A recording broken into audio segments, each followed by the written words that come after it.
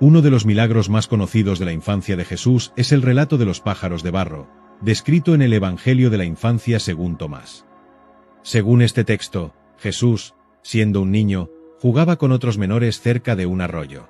En un acto de creatividad, moldeó 12 pájaros de barro durante el sábado, un día sagrado para los judíos en el que estaba prohibido realizar trabajos manuales.